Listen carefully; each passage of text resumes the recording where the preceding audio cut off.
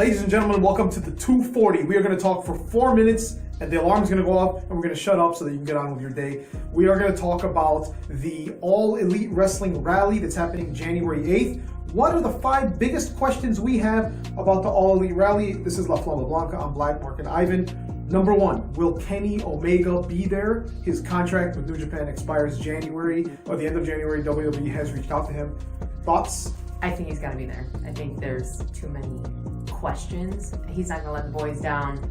You think he's going to be there? I think he'll show up and not necessarily sign with them, but just show up for that star power. Supportive, yes. Number 2, is their first show going to be Double or Nothing? Are we going to wait for this big show to be their debut show? Maybe. Or they're going to bounce off this Double or Nothing and make that the first pay-per-view or first actual name of their show. So maybe some house shows, some streaming live instances, and then yes, the big show. Mm-hmm. Interesting. Let us know what you guys think. Number 3, will the Being the Elite, the BTE story continue? I mean, BET, he has been everything about these guys. Yes, I think the Elite and the channel has catapulted to the status that they're in right now. So if there has to be some storyline tie-in, which will be beautiful and glorious because it'll go into that soap opera they've created on the YouTube channel into the ring. I'm all about it. I think so. I think we will see an episode of BTE will be The Rally. And I think it's going on next to SmackDown Live, right? Like a few blocks away from where it's maybe another invasion. Number 4, Dana Massey, as she calls herself, Mrs. Matt Jackson, is the Chief Merchandise Officer, I think she's called, for AEW on paper. Now, they've had huge success with Pro Wrestling Tees and Hot Topic. Are they going to launch their own website, their own store, and forego the middleman?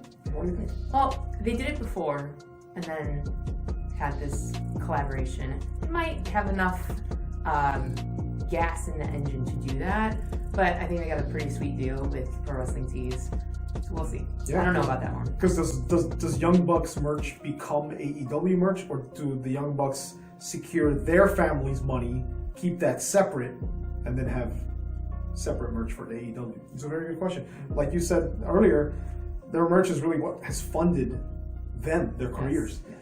And then finally, are they going to use this platform, this rally, the peak excitement to announce the new signees?